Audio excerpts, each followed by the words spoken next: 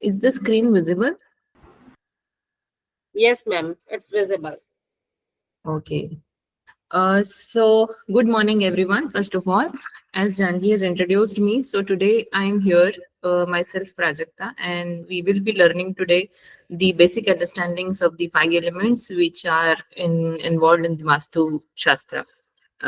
So first, I would like you all to kindly make sure that your mics are mute because that sometimes make a technical disturbance. You can type any questions as Janki has already said, and you can connect me back after this webinar as well for any kind of discussion.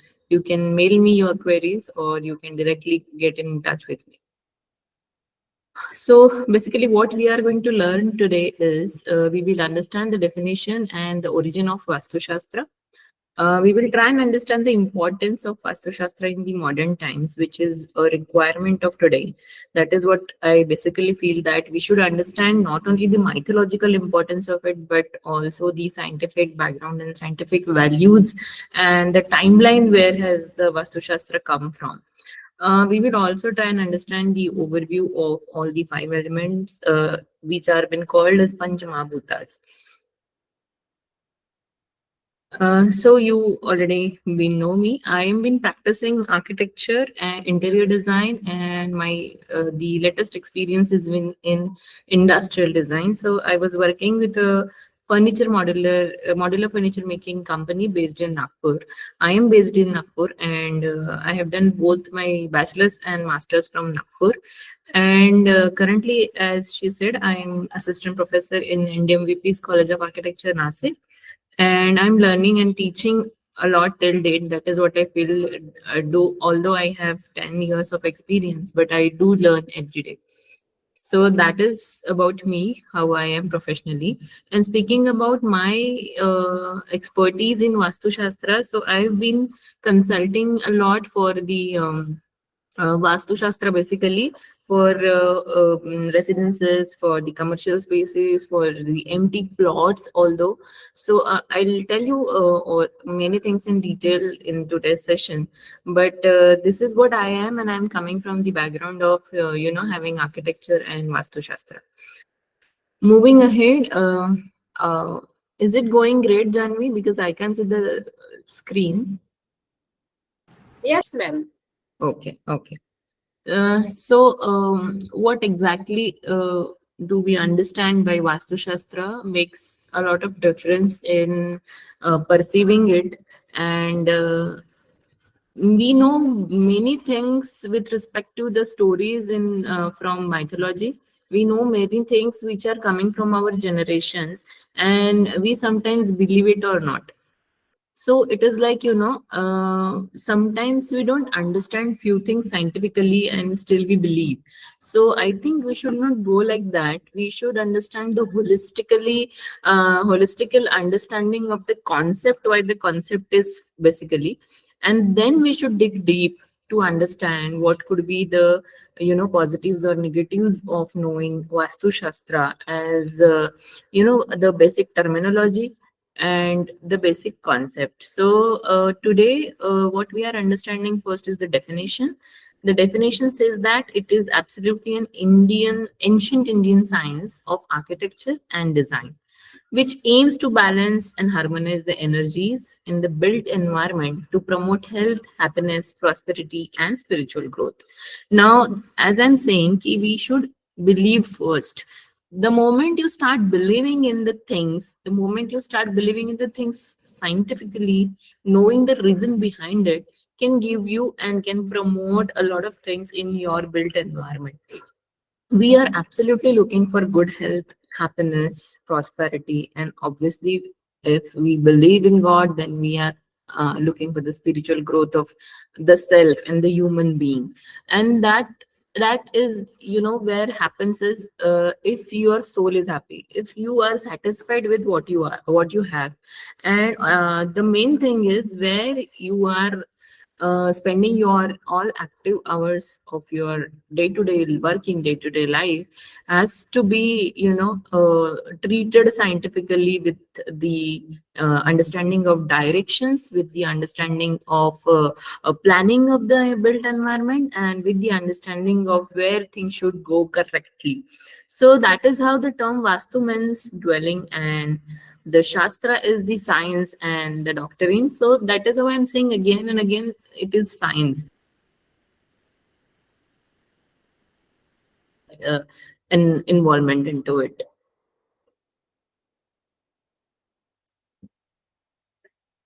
So, understanding the timeline of Vastu Shastra, this you might not be knowing. So, starting from 1500 BC, and this was a Vedic period, and we have Vedas in our lives, and this concept is being written in the Vedas. It is mentioned in the Vedas.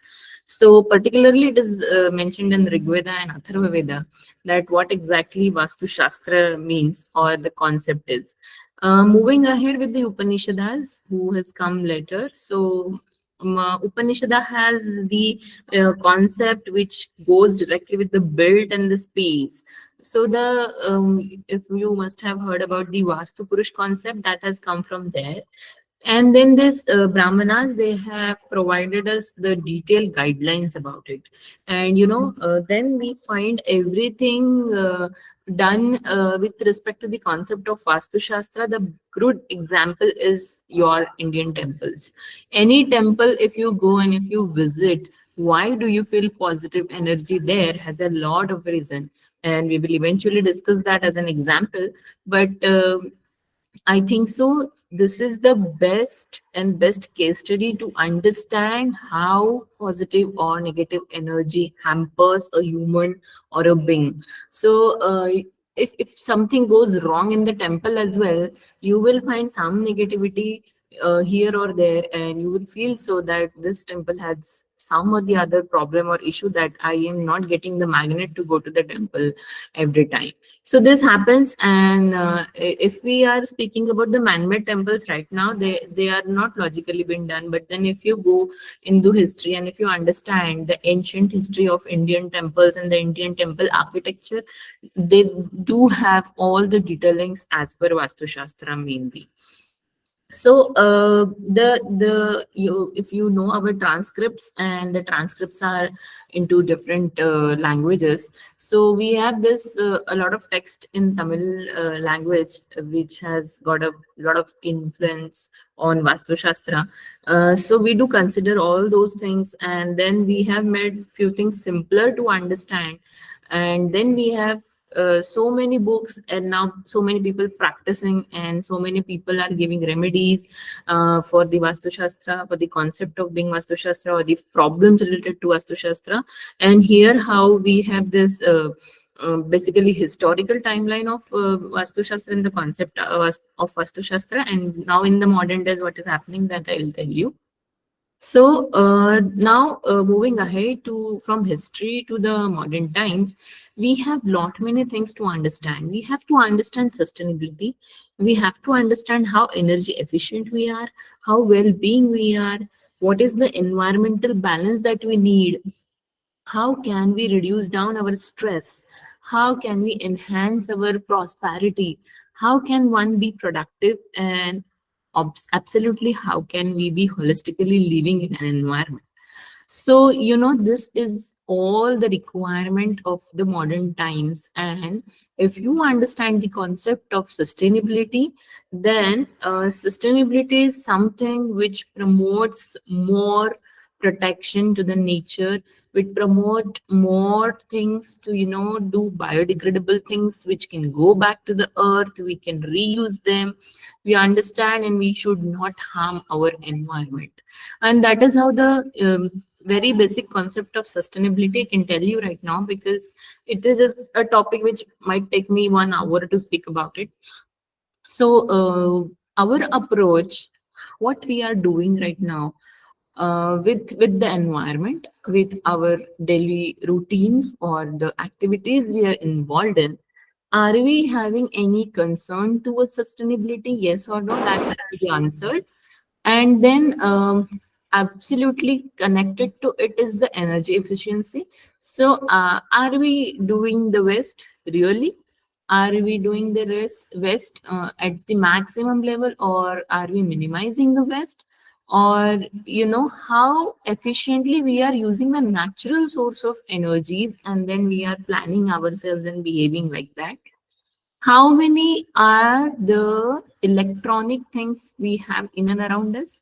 What exactly are the products which might harm us? At the same time, they can promote a good living, absolutely.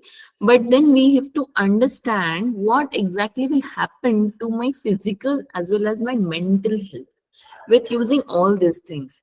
And then all these things are being used in an environment which actually has to be balanced. And that is how to balance all these things, we should understand and prioritize what exactly has to be done. If we are in a balanced environment, the stress will automatically get reduced. That is what I think you all will agree me. If we are in an environment wherein we have few things which are sorted, wherein we have few things which are been organized, planned, output wise and everything, so that will give me the planning of myself to work in a peaceful environment, to work without stress, to work and not to get so depressed with your work and your productivity. And I think all these things will help you to be a good being first. You will be good with your health, you will be good with your routine activities, and you will be in a positive space for sure. So what exactly